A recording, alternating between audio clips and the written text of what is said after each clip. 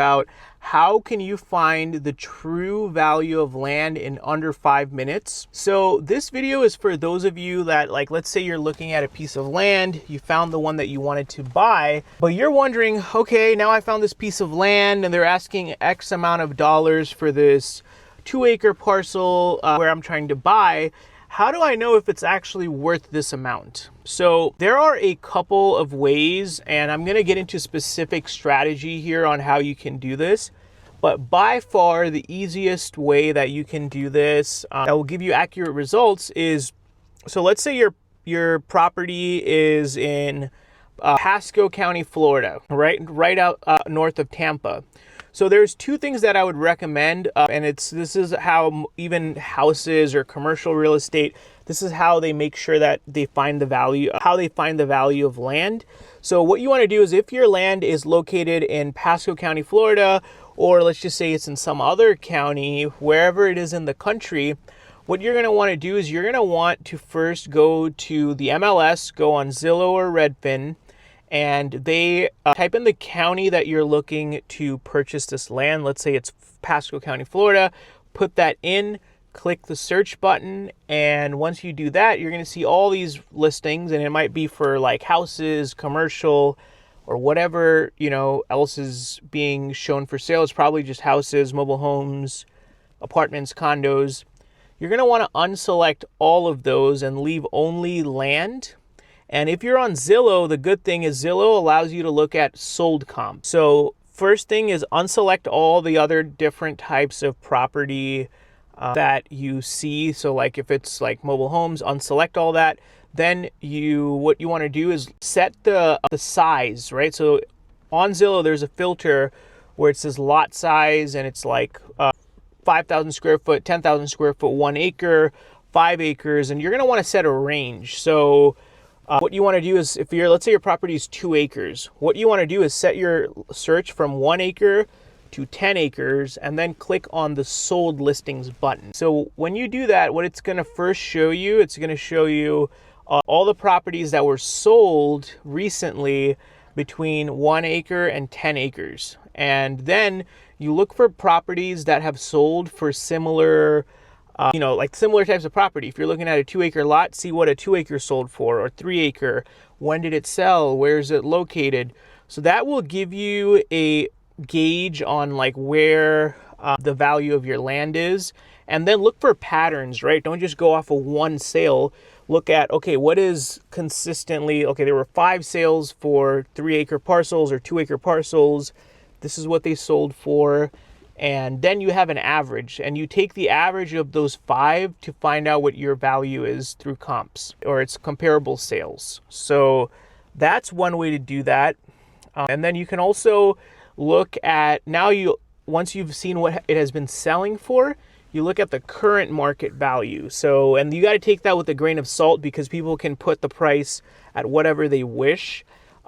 And you look at what's currently for sale. Look at what's currently for sale in that market between 1 acres and 10 acres, and find properties that are close to your property that you're looking at.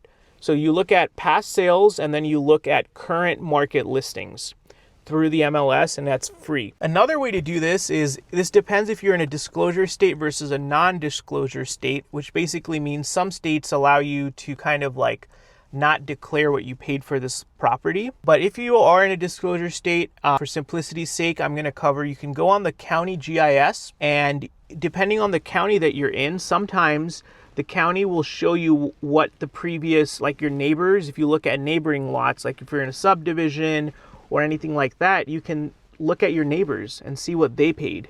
Or you can, of course, use softwares if you're willing to pay, like Land ID or Maprite, and there's a few other ones. And you can find what your neighbors paid for it. And then you can see when did they pay this. And you can try to find if there's any recent sales nearby. So that's what I would say. And also a free tip, this is super powerful, is you can always call a realtor, like when we talked about earlier for on-market listings, and you can call them and say, hey, I saw your listing and I own a property in the nearby area. Do you happen to know, like, what do you think this land is worth? and just get not the person you're planning to buy it from, but another realtor. You can ask them and be like, you know, hey, what do you think? And for the most part, if you're nice and they're nice, they'll be willing to help you. So these are some ways, guys, that you can pretty much find the true value of land.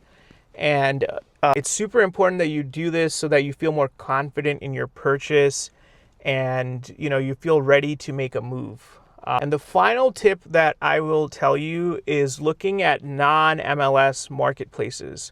So you can go on things like Facebook. Facebook is hit or miss because you can't really like get super detailed filtering like how we just did on Zillow. But I would say go on like something like LandWatch.com or Land Search, and again, do the same thing that you did in Zillow and see what things are selling for. So there's like 4 or 5 different ways right there, guys, for you to find the true value of your land. And the last thing I will say is look at the characteristics, right? And that's super important because that affects the real value of your land too. So not every 2 acres is the same, right? Is your 2 acres flat, or is it sloping? Is it in a wetland, or is it not in a wetland? How is the access? Is there a road going through it? And, you know, when you have those positive characteristics, those are all things that add value and premium to the price when you're buying land. So when you start looking at all these other listings, you'll see like, oh, this one has a, let's say it's a 5-acre piece of land, but it has a small pond on it.